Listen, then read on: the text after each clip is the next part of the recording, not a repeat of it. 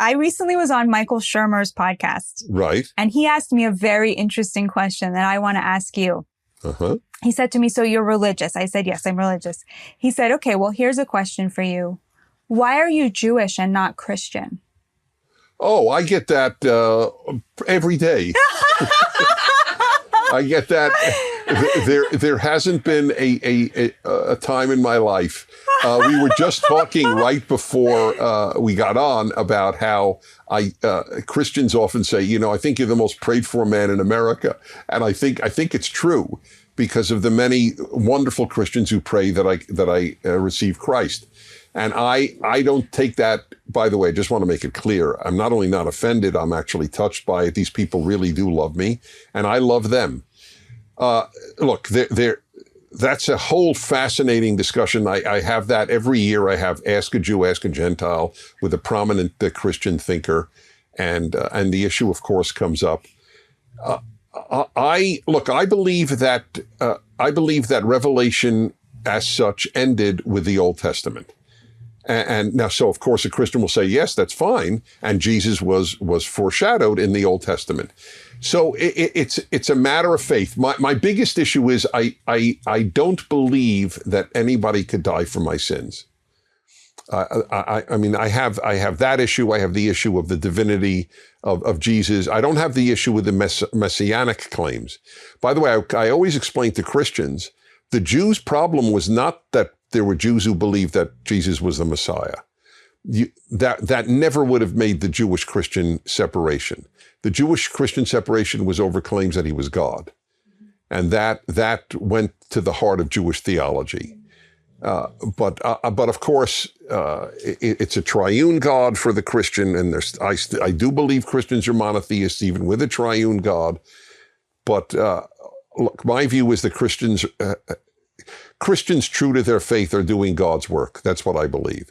And as Maimonides, who was no fan of Christianity or Islam, because he was persecuted by both, the greatest Jewish thinker, many think, he said it's Christians who brought the world to the Torah more than Jews did. And I never forget that. That's a fact. The reason people know the word Genesis or Leviticus or Deuteronomy is because of Christians. In fact, I'm very sad about Jews getting as closed in their world as they did. God didn't choose the Jews to hide. God chose the Jews to spread his word.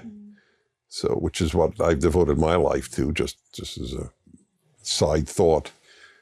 But it's interesting that Michael Shermer, who's an atheist, would have asked you that question.